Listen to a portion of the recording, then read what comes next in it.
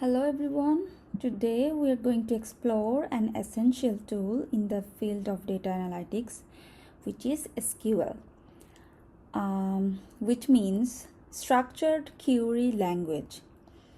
SQL is the backbone of data management, enabling us to access, manipulate, and analyze large volumes of data efficiently. As data-driven decision making becomes more critical across industries, understanding SQL becomes increasingly valuable for data analysts or data scientists and business intelligence professionals alike.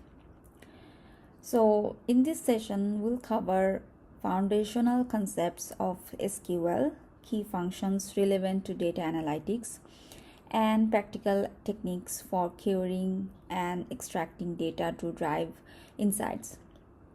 We'll start with an overview of SQL, followed by an introduction to the most important commands and concepts like select statements, filtering, aggregation, and joins. These are the building blocks that allow us to transform raw data into meaningful insights. Our goal by the end of this lecture is not only to understand SQL's role in data analytics, but also to gain confidence in writing queries to answer complex business questions. SQL is a powerful tool, and mastering it will open up many opportunities to leverage data for impactful analysis. Now that we have introduced the topic, let's go over the structure of today's lecture. We'll be covering a range of topics to build a comprehensive understanding of SQL in the context of data analytics. We'll start with a basic introduction to ensure everyone is on the same page regarding its fundamental principles and functions. From there, we'll dive into key SQL concepts for data analytics, exploring some essential commands and structures that are particularly useful for analytical purpose. Next, we'll look at SQL queries for data extraction, a crucial skill for pulling relevant data from databases effectively. This will lead us into SQL for data transformation, where we'll see how to manipulate and shape data to meet specific analytical needs. Following transformation, we'll discuss SQL for data aggregation and summarization, a powerful way to condense large data sets and extract high-level insights. After that, we'll explore some advanced SQL techniques for more complex and nuanced data handling. To ensure our queries run efficiently, we'll cover SQL optimization and indexing, which is an essential tool for improving performance, especially when working with large data sets. Finally, we'll wrap up with a case study on SQL for business analytics, where we'll see these techniques in action, showing how SQL can drive meaningful analysis and support data-driven decision-making in business context. Okay, now let's begin with a basic introduction to SQL. So what is SQL? Like I said, it stands for Structured Query Language. Now, it is the standard language which is used to communicate with relational databases. Through SQL, we can perform various operations on data stored in databases.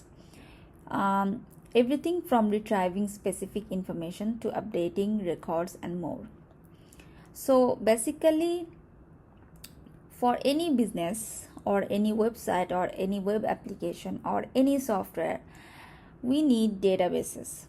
So we, like every business, use databases to store their data, and these could be relational databases, because all in a database they have, or every business have multiple tables where they have relation between two tables or three tables where they have data. Now they store those data as a table in a database. If I simply say that, like to put it simply, businesses or other like whoever uses databases, they get the data from customer to analyze the data, and you have to store the data somewhere, right? So to store the data has to be stored in it as a table. So one database could have multiple tables, which where multiple tables could have some relation, and then we use this structured query language SQL to make some operation or do some operation with the stored data in a database. We can retrieve a specific information, or we can update records, or we can insert records into the table. So whatever you are doing with the data in a database, you can use this language to do the performance. Now, why is SQL important in data analytics? In the realm of data analytics, SQL is essential for data extraction, manipulation, and querying. With SQL, we can access large data sets, filter and transform data, and prepare it for analysis. This ability to handle data efficiently is crucial for making informed data-driven decisions. So, in short, SQL supports the analytical process by providing actionable insights. It enables us to turn raw data into meaningful information that can guide strategic decisions. As we go through these lectures, you will see how SQL acts as a bridge between data and insights, empowering us to make better decisions backed by data. Okay, now that we understand the basics of SQL and what is SQL, let's dive into some key SQL concepts that are essential for data analytics. First, let's talk about tables and databases. In SQL, data is organized within a relational database. First step, which is structured into tables. Like I said, data are stored into tables in a database, in a relational database. Each table contains rows and columns. With rows, so rows represents individual records, and column representing attributes or fields of those records. Now, this tabular format is crucial because it allows us to organize and access data in a structured way, making it easier to analyze. Next, we have SQL data types. SQL supports various data types that help define the kind of data each column can hold. These are some common types, like numeric for numbers, character for text, date, time for dates, and boolean for true false values. So if your data is a text value, like a name, it could be a name. If it's a name of some for some person, it's a name, so it could be character. Or if you're storing a number, that you can use a numeric data type. Now, using the correct data type ensures that the database handles data efficiently and accurately. So this is very important, because if you set up the data type as numeric value, and if you try to store a data which is a name, then it won't store, it will give you error.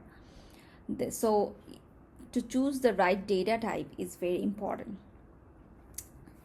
Now finally, let's discuss primary key and foreign key. These are fundamental concepts in relational databases.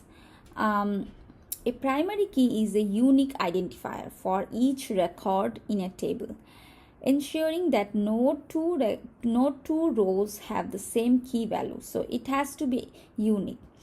A foreign key, on the other hand, is used to link tables together, establishing relationships between them. So by setting up primary and foreign keys, we create connections within our data, which allows us to perform more complex queries across multiple tables. And these three foundational concepts enable us to create structured databases, define data constraints, and link information together, which is the essential steps for effective data analysis. Okay, so now that we understand the structure of databases, let's look at how we can extract data using SQL queries. The most fundamental command for data extraction is the select statement. So when you are trying to extract, or when you are trying to insert or extract, delete, or update any of the data from a table, we use some statement, and these statements are called command. So when you're using or when you are trying to extract data from a table, if you want to extract a particular data from a table, then we use select statement. So here, if you see the example, select star from cells. Here we so here, when you have tables in a database, every table has a name.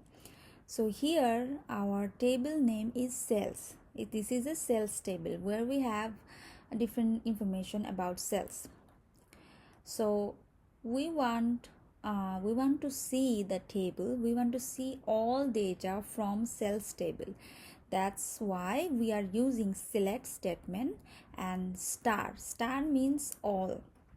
So when you are using select star from cells, this command, when you write this command, it will show all data from cells table. So that's how we can use the select statement, because this command allows us to retrieve data from one or more tables within a database. So by specifying the columns we want to extract, or using this star to select all columns, we can access the specific information we need. So if you don't want to see all data, you can select some specific column from cells table. So instead of star, you can then write down the column name from the cells table. So it will only show that particular column. Now, to refine our data extraction, we often use the where clause. The where clause enables us to filter records based on certain conditions, which helps us to focus on specific subsets of data. For instance, if we only want to see customers from the USA, we could write select star from customers Customers is the table name here. So we can write select star from customers where, here we are using the where clause, where country is equal to USA. Let's say country is the column name inside the customer table.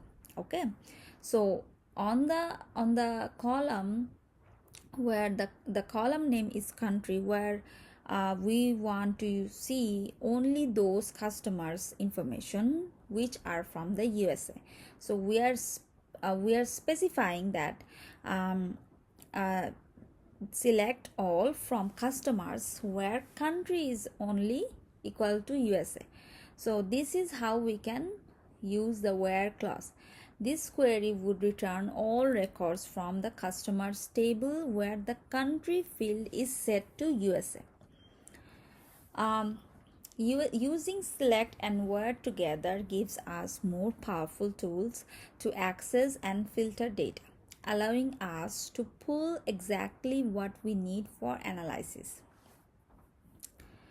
Okay, so next, another powerful feature of SQL is joins, which allow us to combine data from two or more tables based on a related column between them. This is particularly useful when we need to bring together information that is stored across multiple tables. For example, if we have an orders table and a customers table, and we want to see each order along with the customer's name, we can use a join to link these tables on their column, on their common column, which is customer ID. Here's how it looks in SQL. So we can write select orders.order ID, customers.customer name from orders join customers, and on we will write on orders.customer ID equal to customers.customer ID. Okay, in this query we are selecting the order ID from the orders table and the customer name from the customer table. And then by joining these tables on the customer ID column, SQL will match records where customer ID values are the same in both tables, and which gives us a combined view of orders and customers. So joins are essential in relational databases because they allow us to analyze relationships between different data sets, enabling more comprehensive insights. Okay, now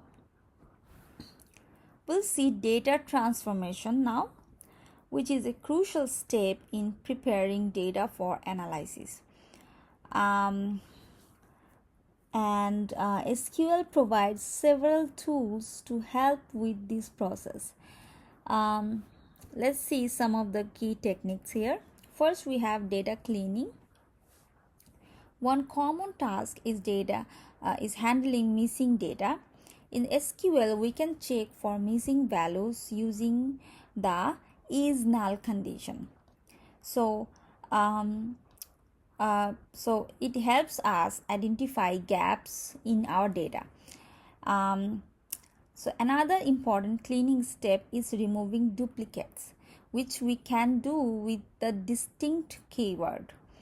For example, if we want to list unique product names from the products table, we can use like select distinct product name from products. So if you have multiple product name with the same name, then you can just eliminate the duplicates, and you can only get one name for each product. So here you can just use these two tools for data cleaning that will easily clean your data by handling missing data and removing duplicates. Next, we have data formatting.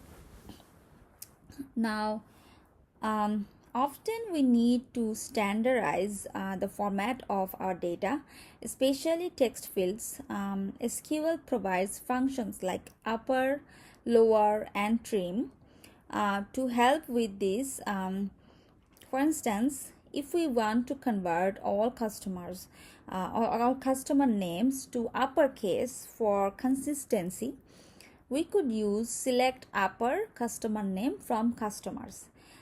It can format all of your customer name into uppercase letter. And then if you want to if you want to make a lower case of your some of your names on a particular column, that will also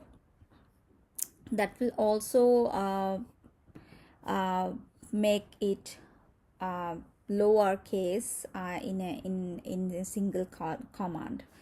So these data transformation techniques are essential for ensuring data quality and consistency.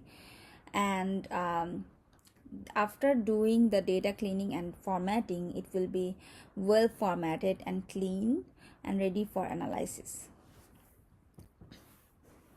Now, another important aspect of data transformation is data conversion. In many cases, we may need to change the data type of a particular field to ensure it's compatible with certain operations or calculations. SQL provides two functions for this. One is cast and convert. With these functions, we can convert data from one type to another. For instance, if we have a sales column stored as a text or string type, but we want to treat it as an integer for numerical operations, we can use the cast function. Here's an example. So we can write select cast cells as integer from transactions. So transactions is the table name and cells is the, so now we are casting the cells column from its current data type to an integer. Cells is the column and transactions is the table name. So we want to cast the cells column from its current data type to an integer. That's how we can do the data conversion, which is very crucial for maintaining flexibility in data analysis. Okay, we'll see data aggregation and summarization, which are vital techniques in data analytics, especially when dealing with large data sets. SQL provides several aggregate functions that allow us to calculate summary statistics across data. Some commonly used functions include sum, average, count, max, and min. Now,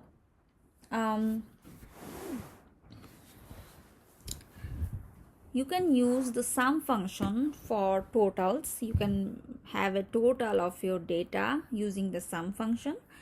Then you can use the average function to get an average result from your data. And then you can use the count function to count how many data you have in one column for the number of records. And then for the max function, you can use to get the higher value from your records, and as well as the minimum function for the lowest value. For example, if we want to calculate the total sales amount from the sales table, we would use select sum sales amount, which is the column name. We want to get a sum of the sales amount column from sales table. So it will give you the total sum of this whole column, all these records from the sales table. Now this query gives us a single value representing the sum of all cells. Now alongside aggregation functions, we also use the group by clause to organize data into groups based on specific columns. Group by is useful when we want to see aggregated data for different categories. For example, if we want to count the number of employees in each department, we would write select department, count all from employees. Employees is the table name and department is the column name, and we'll use group by department. So it will count all records, and it will count all records which is grouped by department. So we are grouping the data by department and counting the number of employees within each department, which gives us a summary view of employee distribution. Now together, these techniques allow us to transform detailed data into high-level summaries, helping us to analyze trends and patterns across different segments. Okay, now building on our discussion of data aggregation, another useful tool is SQL is the having clause. While the where clause filters individual rows before any grouping is applied, the having clause allows us to filter groups based on aggregate conditions after the grouping. For example, let's say we want to see only those departments with more than 5 employees, where here's how we can write the query. We can write select department, count all from employees table, group by department, and then having count all greater than 5, which means we are using group by to group employees by department, and then applying the having clause to filter those groups, keeping only the departments with a count greater than 5. So this is how we can use the having clause, which can be used after it is grouped. The having clause is essential when we want to apply conditions to grouped data, which allow us to focus on specific segments that meet certain criteria in our summary result.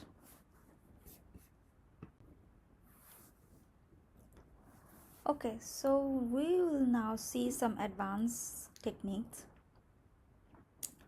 There are some powerful techniques that can help us perform more complex data analysis. So let's look at two of these. Subqueries and nested queries and window functions. First, subqueries and nested queries. A subquery is essentially a query where it is within another query. So it's like a sub loop or nested loop. It is something which is inside or within another query. It allows us to perform a secondary query to retrieve information used in the main query.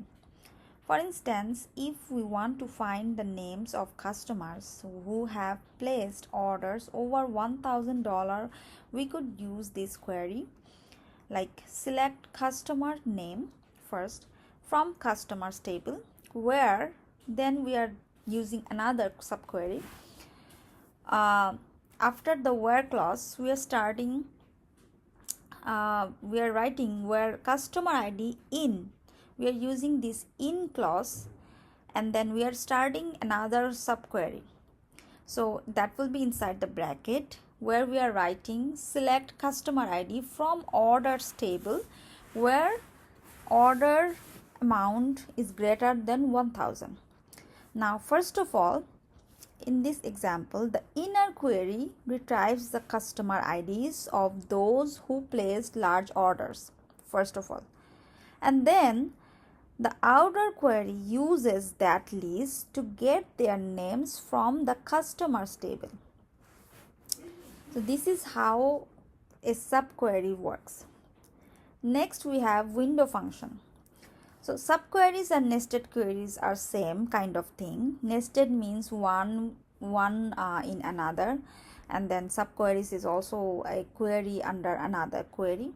So it is the same thing. Next, we have window functions.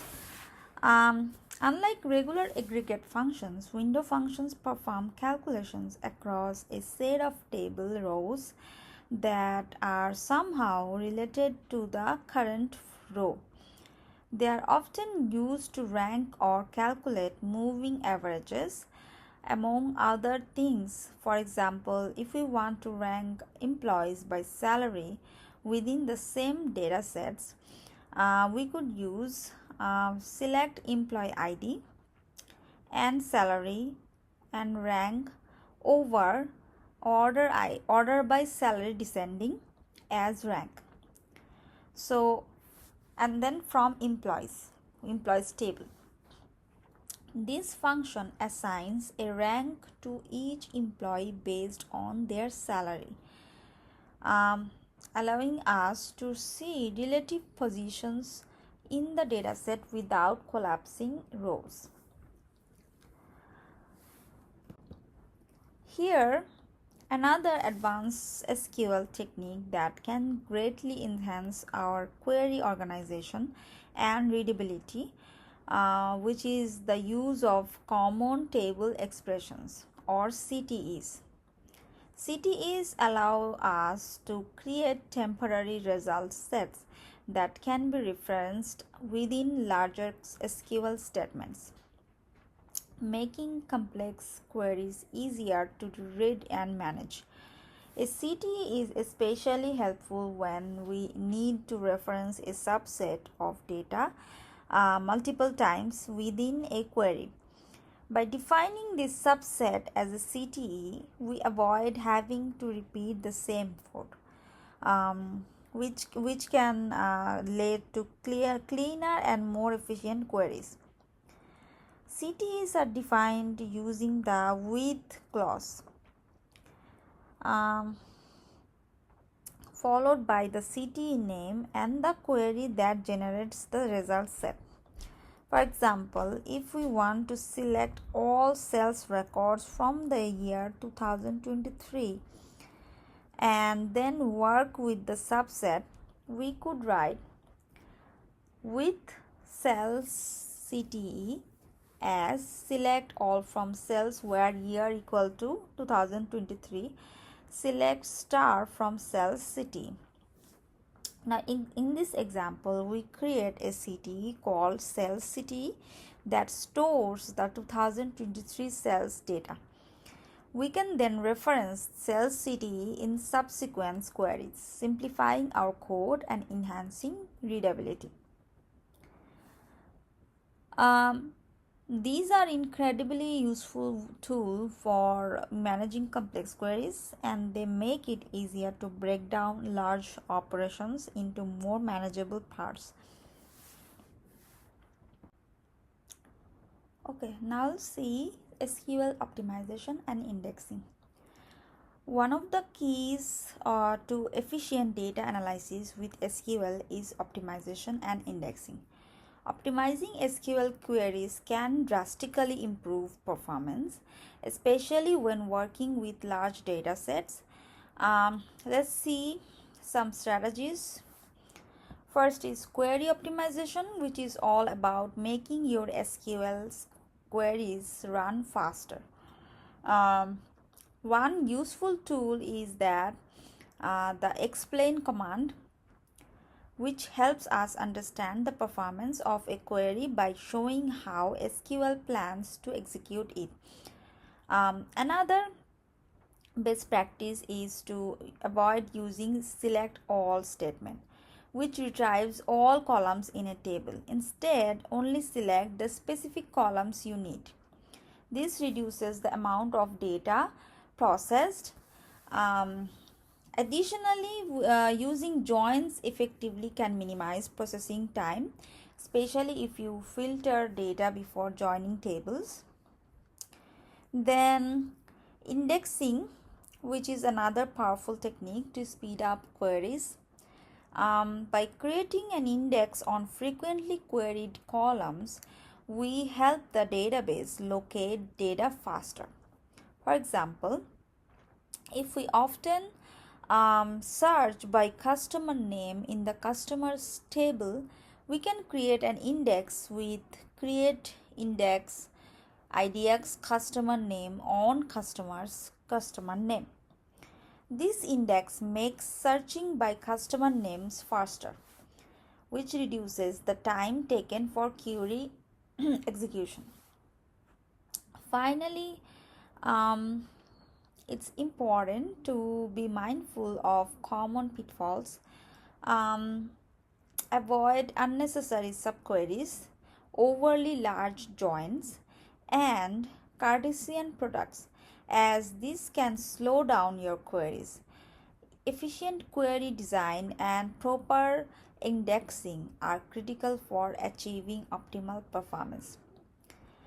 In summary, optimizing and indexing are essential for maintaining high performance in SQL, especially as data volume grows. Now, understanding SQL data types is essential in data analytics, as selecting the right data type ensures accuracy, efficiency, and optimized storage. So let's start with the main numeric data type: integer, float, and decimal. These types are used for numerical data, with integer handling whole numbers, while float and decimal are used for decimal values, especially in cases where precision is needed, like financial data, where we could have fractional data. So we can use float and decimal to store fractional data, and for the whole data or whole numbers we can use integer, int. Next, we have character data types such as character and varchar, which are used for textual data. Like character is a fixed length type, while varchar is variable length, meaning it's more flexible for storing strings of varying lengths. So you can have multiple types of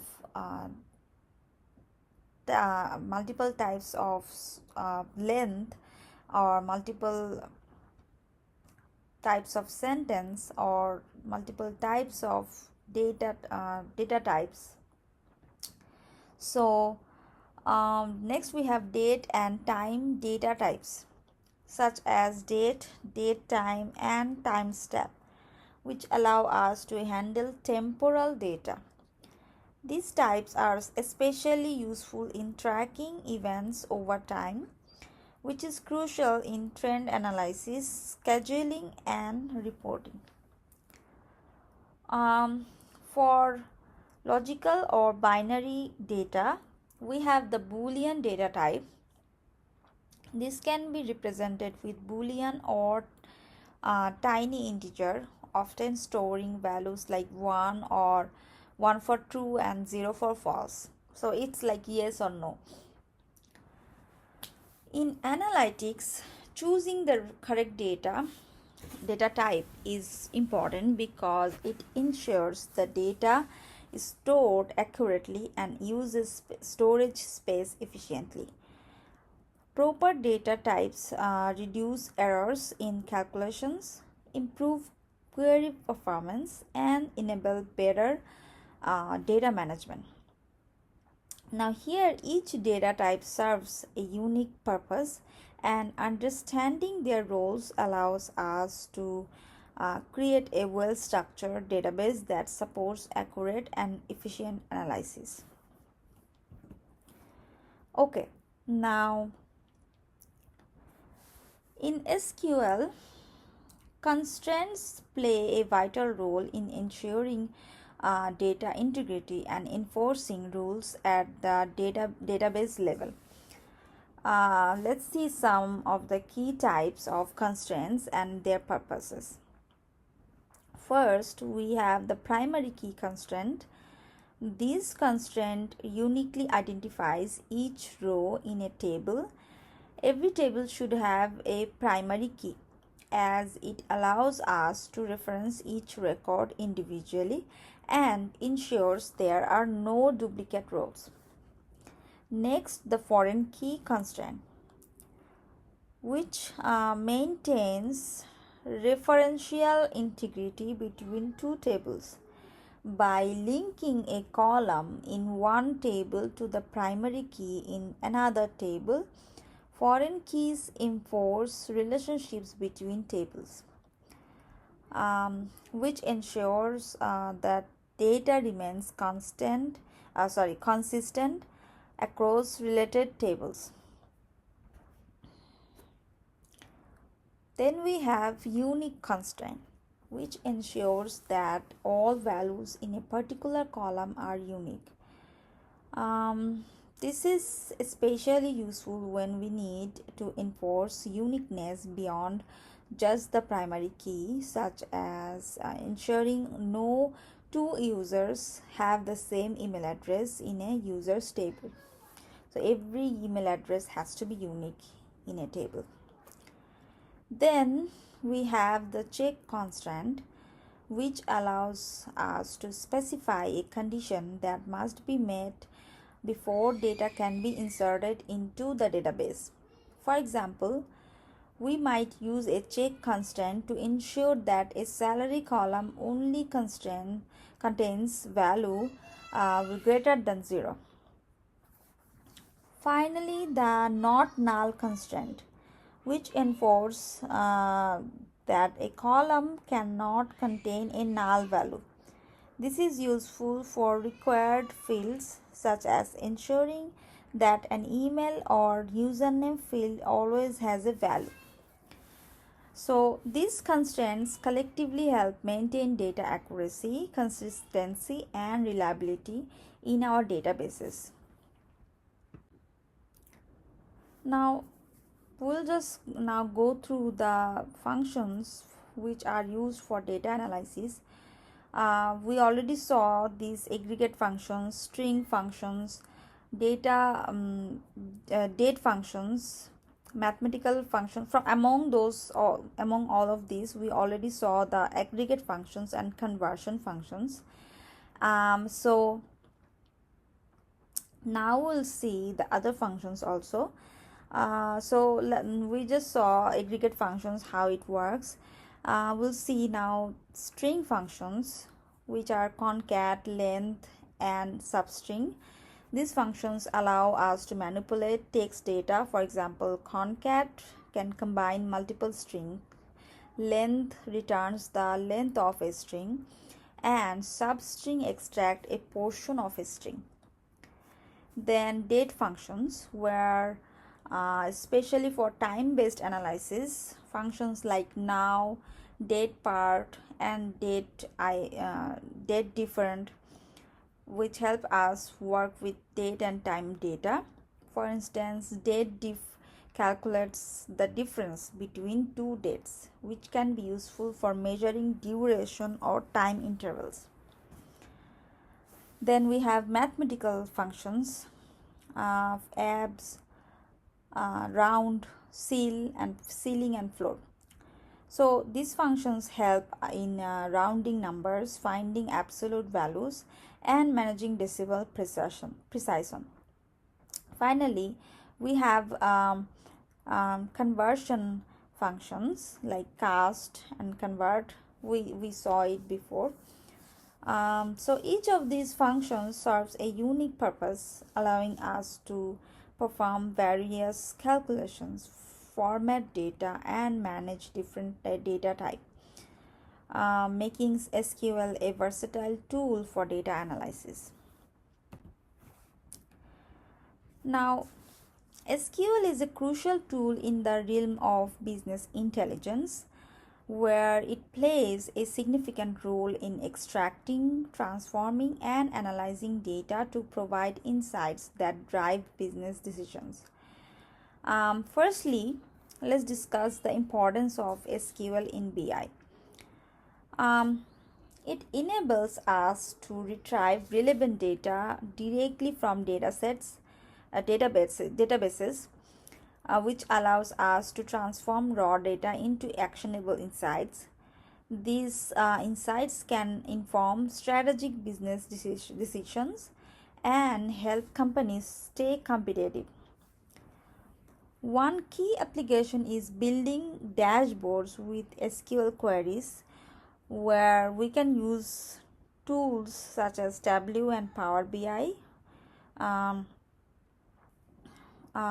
in using SQL, we can fetch data from databases.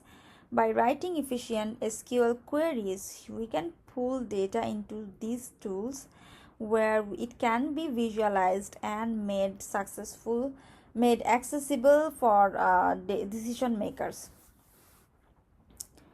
Another use of SQL in BI is in reporting and visualization. SQL query results can be exported to formats like Excel or CSV for further analysis and visualization.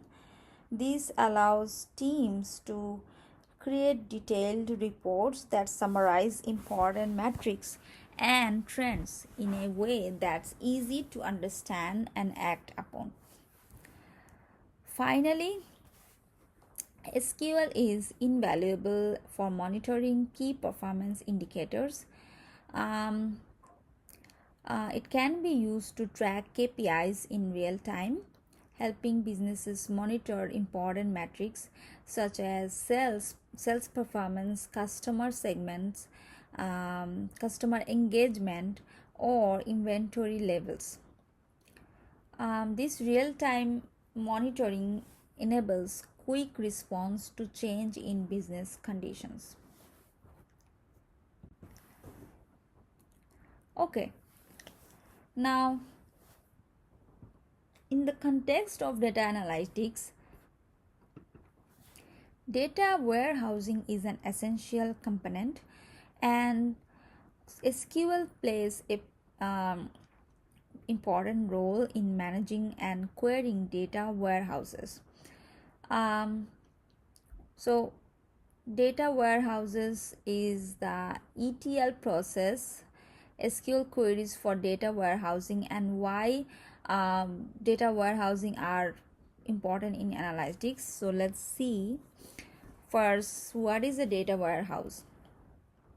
A data warehouse is a central repository where data from multiple sources is integrated and stored. It serves as a consolidated database that holds vast amounts of historical data structured for analysis and reporting. The ETL process, which stands for extract, transform, and load. In the ETL process, we extract data from various sources, transform it into a consistent format, and then load it into the data warehouse. SQL is often used at each step of ETL, handling everything from data extraction to transformations and loading into the warehouses. Once the data is in the warehouse, we use SQL queries for data warehousing to aggregate, filter, and join data from multiple tables. These queries allow us to pull insights from large data sets, often across different business units or sources, enabling comprehensive analysis. Then finally, let's see the importance in analytics. Data warehouses are crucial because they store historical data that businesses can use for trend analysis, forecasting, and strategic planning. By centralizing data warehouses support robust business analytics, providing insights that are essential for long-term decision making. Okay, to conclude, let's look at a case study that illustrates how SQL can be used for business analytics. In this example, a retail company wants to gain insights into customer purchase behavior to better understand their customer base and drive sales strategies. The problem is straightforward. So, the company needs to analyze customer data to identify purchasing trends and segment their customer base effectively. Our solution involves using SQL in three main ways. First, we would use SQL queries to extract relevant data such as customer information and order history from the database. Once we have this data, we can aggregate it to calculate metrics like total purchases and average order value, which help reveal customer spending patterns. Finally, we can apply SQL to segment customers, identifying the top customers based on sales, which enables the company to focus on high value customer groups. Now, the result of this approach is a clearer understanding of customer purchase by patterns. By analyzing this data, the company can identify profitable customer segments, tailor their marketing strategies, and make data-driven decisions. So, in conclusion, we can say that we have seen how SQL is a powerful tool for data extraction, transformation, and analysis. It provides the functionality we need to manage and analyze large data sets efficiently, making it an essential skill for any data analyst. So, mastering SQL is crucial in today's world as it empowers analysts to retrieve, manipulate, and analyze data to uncover valuable insights that drive business decisions. From simple queries to advanced analytics, SQL enables you to work with data in meaningful ways. Ultimately, SQL is not just a tool but a foundation in data analytics, equipping you with capabilities to deliver actionable insights and make data-driven decisions that benefit organizations. By leveraging SQL effectively, you can unlock the full potential of data to create impactful outcomes. So, thank you, and that's all for today. If you have any question, please feel free to email me and let me know. Thank you.